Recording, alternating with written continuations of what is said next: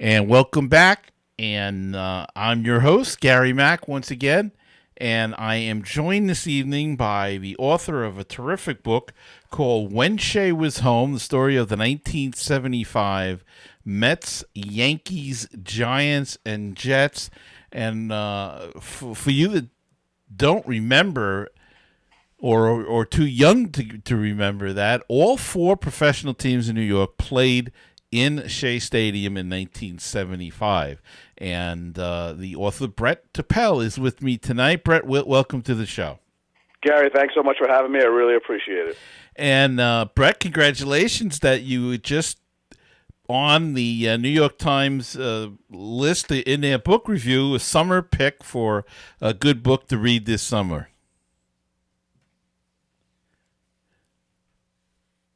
Absolutely. I was hoping that they might pick something up, and they gave us a nice little review, or gave me a nice little review, and certainly excited about that. No more excited though than I am to be on with you tonight. Well, thank you very much. Well, let's tell the listeners a little bit about the book, Brett. I got to be honest with you. I don't even remember that all the four teams played in that one season. I remember the Mets and the Yankees, and of course the Jets. I guess the kicker was the Giants that I didn't remember that played that year. But how did all of this come about? Sure, and you're exactly right. The Giants are the one that really threw everybody into a tizzy. In 1974. It was known that the Yankees were going to be renovating Yankee Stadium so that they would be spending the 74 and 75 seasons at Shea. That was agreed upon, in the early 70s when the Yankees decided to renovate. The Giants had decided and announced, I believe in 1972, that they were going to move to New Jersey. And the mayor at the time was not pleased with them, and they kind of were ostracized after the 73 season, so they went to play at the Yale Bowl in Connecticut, which was a disastrous experience for them. I believe they won one home game in 2 years in Connecticut. So, by 1975, or before the 1975 season, New York had a new mayor. New York City did. Abe Beame and him and Wellington Mara were friendly, and Abe Beame invited Wellington to come play, one season at Shea, because it became apparent that Giant Stadium was not going to be ready until the 1976 season. So, yeah, when the Giants joined the party, that really put it into complete chaos. And just an amazing situation. You would hardly ever see that today with all the stadiums, being built across the country, that they would actually go to this extreme in one. But at that time, there really wasn't anywhere else to go. No, there really wasn't, and you mentioned today. I believe, if I'm not mistaken, Oakland is the only city where they even share a baseball and football stadium, and who knows how much longer that's going to be. Of course, the Giants and Jets share a facility, but that's two football teams. Four teams in one stadium. And crazy as it sounds today, it was crazy then also. But you're right, the Giants didn't really have a place to turn to. Their fans were demanding something closer to New York City than New Haven, Connecticut. So there really weren't too many options, as absurd as it sounded. And how did you get the inspiration to write this book? What made you want to write a book about Shea Stadium and this particular season? Sure. Well, I always wanted to write something about Shea Stadium. I think, Shea Stadium, for all its problems and the rough ending it had, and it certainly wasn't a great place to go see a ball game towards the end. It's kind of been looked at now with nostalgia, and I'm happy about that. I'm glad it didn't go the way of the dodo bird. Or people say I'm glad that's gone. I mean, people think of Shea Stadium now and they think of it longingly, even though when we were there those last few years there was really not much to it, and certainly Citi Field is a superior ballpark. But I wanted to write something on Shea Stadium. I stumbled across this story. Full disclosure, I was 5 in 1975, so I don't remember all four teams playing at Shea. But it seemed like a story that I hadn't remembered hearing about, and it was. I just started doing some initial research, and the kicker for me to write the book, or to at least to attempt to write the book, was I ran into head groundskeeper or former head groundskeeper Pete Flynn, who of course is now in the Groundskeepers Hall of Fame. There is such a place. and Pete was the head groundskeeper for the Mets in all their years at Shea Stadium. And I ran into him a game at Citi Field long after he was retired, and I walked up to him and I said, "Mr. Flynn, my name is Brett Topel, and I'm thinking about writing a book on the 1975 season at Shea." And he kind of looked away from me, and in his Irish brogue said, "That season be the death of me." And that's when I knew that I had to write this book.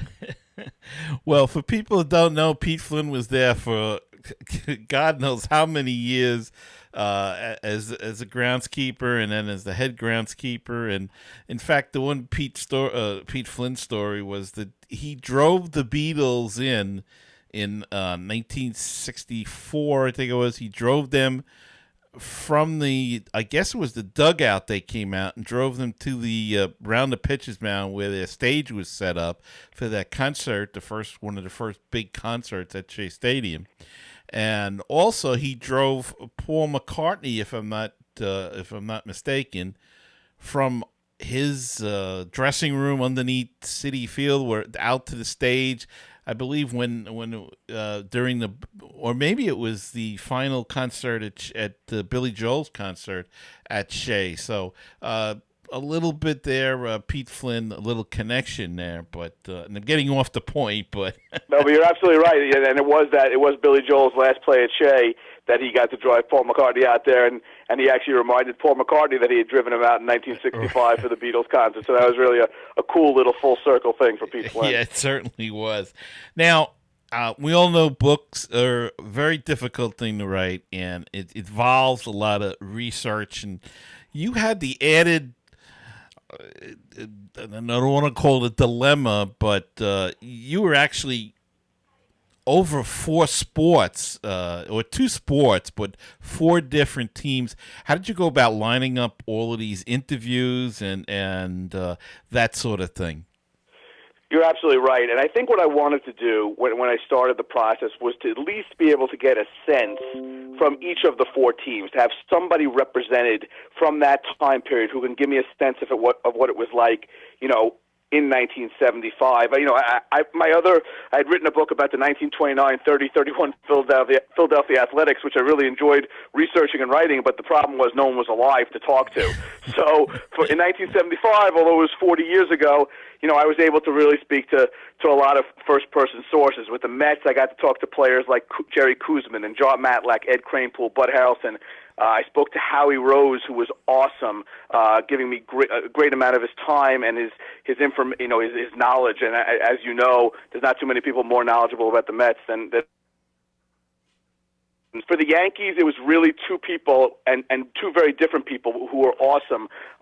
Marty Appel, who was the PR director for the Yankees in 1975, who has gone on to write some unbelievable books of his own, including Pinstripe Empire and the Munson biography. I spoke to him at length, and I also got the chance to talk to Bill Verdon, who was the Yankees manager for the first half of 1975 until he was fired and replaced by Billy Martin for Billy Martin's first go-around with the Yankees. The Jets, I got to talk to Joe Namath's first choice for receptions that year, Richard Castor, who was his tight end.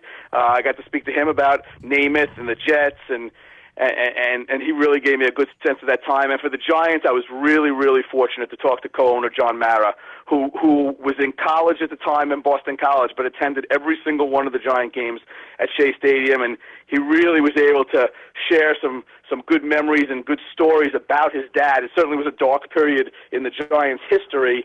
He told me how his father's likeness was hung in effigy from the upper deck at Shea Stadium, but he was able to really, he was so generous with his time, and that's really the way that I was able to do it. Certainly research with magazines and newspaper clippings, but the first-person sources for this book were really second to none.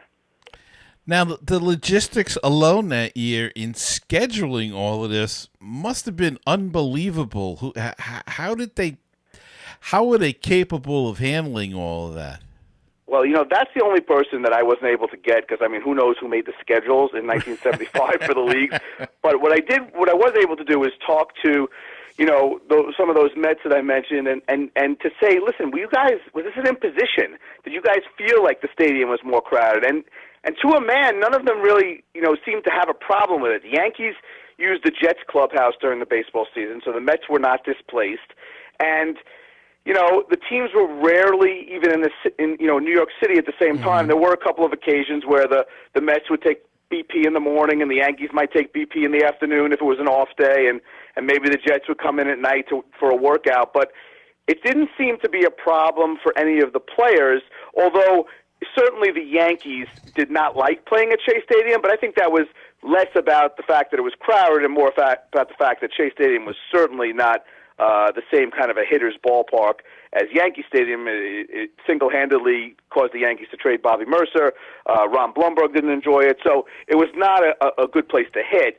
So I think that's why the Yankees disliked it more than the others. But, there didn't seem to be, although I'm sure it was a scheduling nightmare for the schedule makers, the players themselves didn't seem to be bothered. Well, we know Bobby Mercer definitely hated that. As you said, it led to him getting traded to San Francisco, where he went and had a pretty decent career, finishing off his career. But just an amazing thing that they could even get the 4 teams in. And, of course, you and I spent a lot of time at Shea Stadium over the years. So one of the big things about Shea Stadium that everybody remembers is the low-flying planes and the noise from all the jets going overhead. How difficult? I mean, the Mets were more or less used to it, but and perhaps the Jets were too. But how did it affect? Did anybody complain from the other teams about all of this noise? There were some references to the Yankees being bothered by it. You're right. I mean, they used to roar right over Shea Stadium. In fact, I was at Citi Field the other night, and I think for the first time, obviously I've been at Citi Field so many times over the last, almost 10 years now. Or is it 8 years since it's been open, 7 years?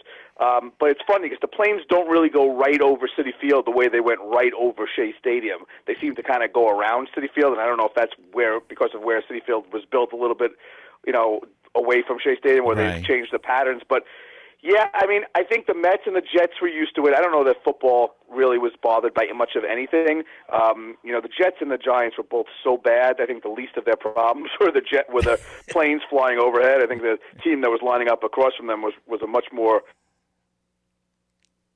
But like I said, if anybody was complaining about anything, it was the Yankees. They didn't like being in what Ron Blumberg said, the quote, smelly Jets locker room, and the planes were just another part of their inconvenience. But they knew it was very close-ended. They knew they were there for 74 and 75, and in 76 they were going to have a brand new Yankee Stadium, and as it turned out, they had an American League pennant to go along with it.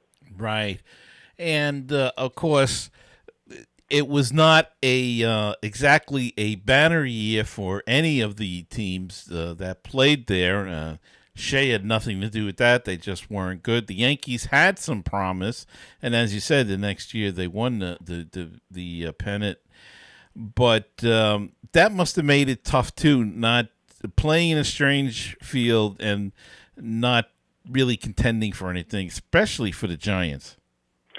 Yeah, the Giants were really of the 4 teams, and they were all. You're exactly right. I mean, the Mets were 2 years removed from a National League pennant, but were playing like a team that had never seen the playoffs. Right. The Yankees were probably the closest on the cusp. That 75 was the first year they had Catfish Hunter, and they had traded for Bobby Bonds, in the Mercer trade, and they certainly looked like a team that had been getting ready to get good. They fired Bill Verdon, as I mentioned, and on Old Timers Day introduced Billy Martin.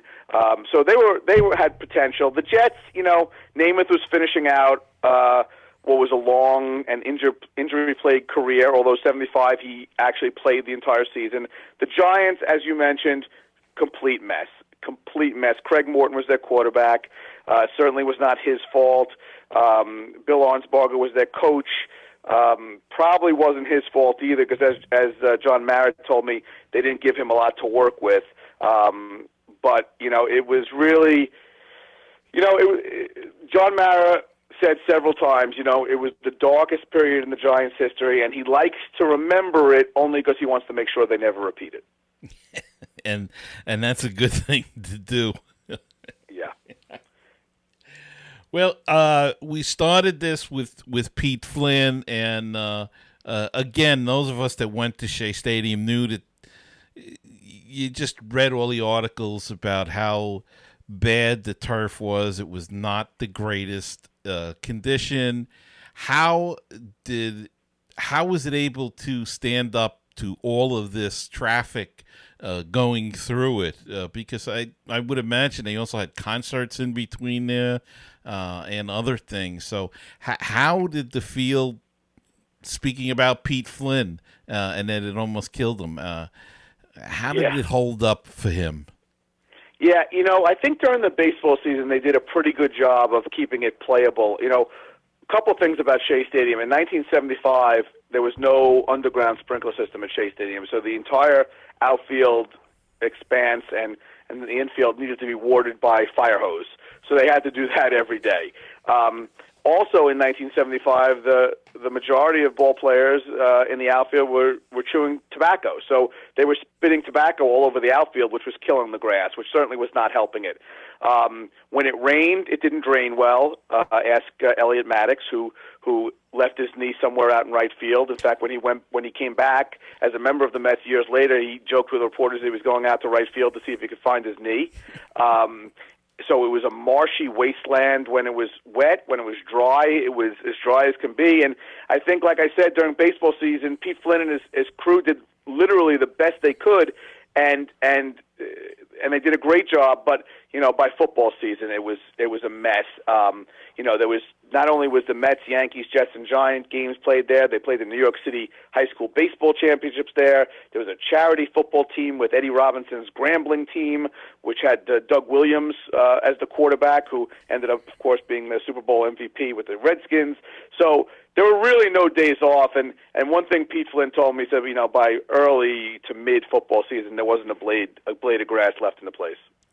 That's just amazing. It's just that they could have all of the four professional teams, and then bring in other teams.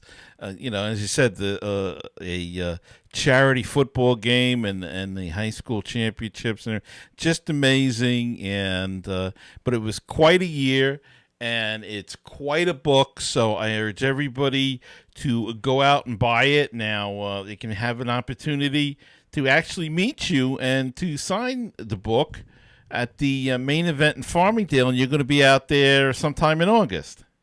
Yes, it's going to be Saturday, August 13th. That's what we said, right? Saturday, Yes. August 13th at 11 a.m. So we'd love to have people come down, and we're going to have, I think, a little talk about the book. I think they do a Q&A, and certainly I'll be there to sign copies if people would like me to.